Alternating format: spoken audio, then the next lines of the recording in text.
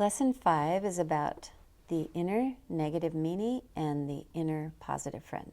The outcomes are to identify and discuss the terms inner negative meanie and inner positive friend, to build emotional regulation skills by changing negative self-talk, and to develop empathy.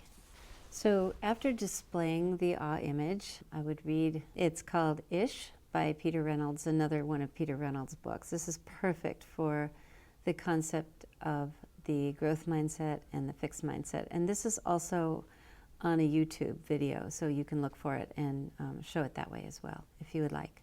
So one of the great things about Project Happiness is how they boil down really sophisticated concepts into kid-friendly language. So for example, this whole lesson is about growth and fixed mindset, which is about, it's a book that Carol Dweck wrote called Mindset. Project Happiness has renamed them into being about the inner negative meanie, which is the fixed mindset, which is the one that says, I have to be perfect, I can't do it, if I'm not born with it, I can't develop it, why even try, it's a lot about failure. And then there's the inner positive friend, which is the growth mindset, and that's all about, I don't know how to do it yet, I can practice and learn how to do anything, and that whole type of thinking.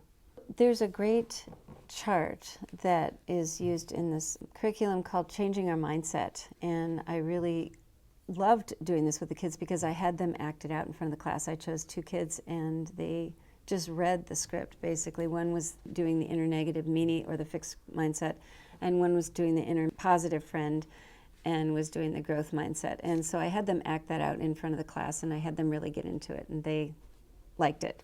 It's also interesting to note that Thomas Edison tried more than 9,000 experiments and failed until he didn't fail, until he succeeded. And they give a lot of famous people in here that are really the kids love to know about, like Walt Disney and Bill Gates and Beethoven and such.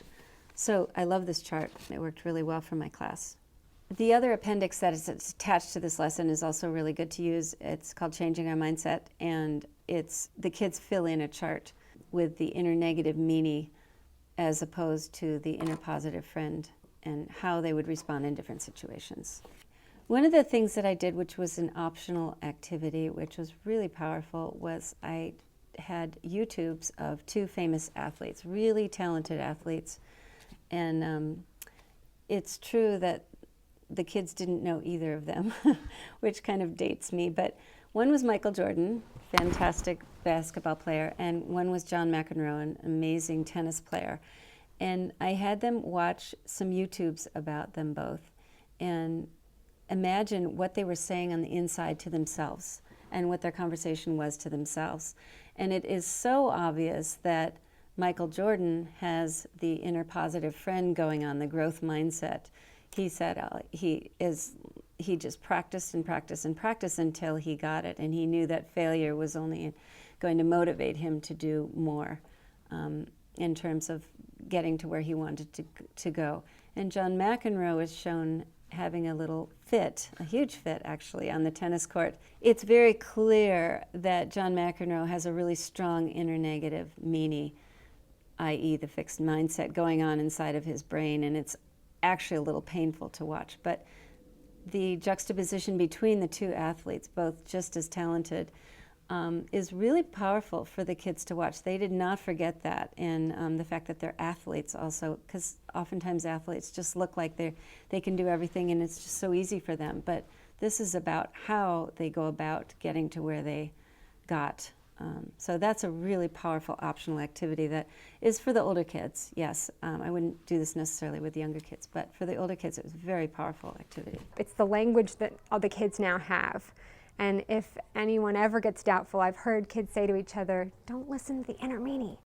If I did something wrong, my inner meanie would be like, how did you get that wrong?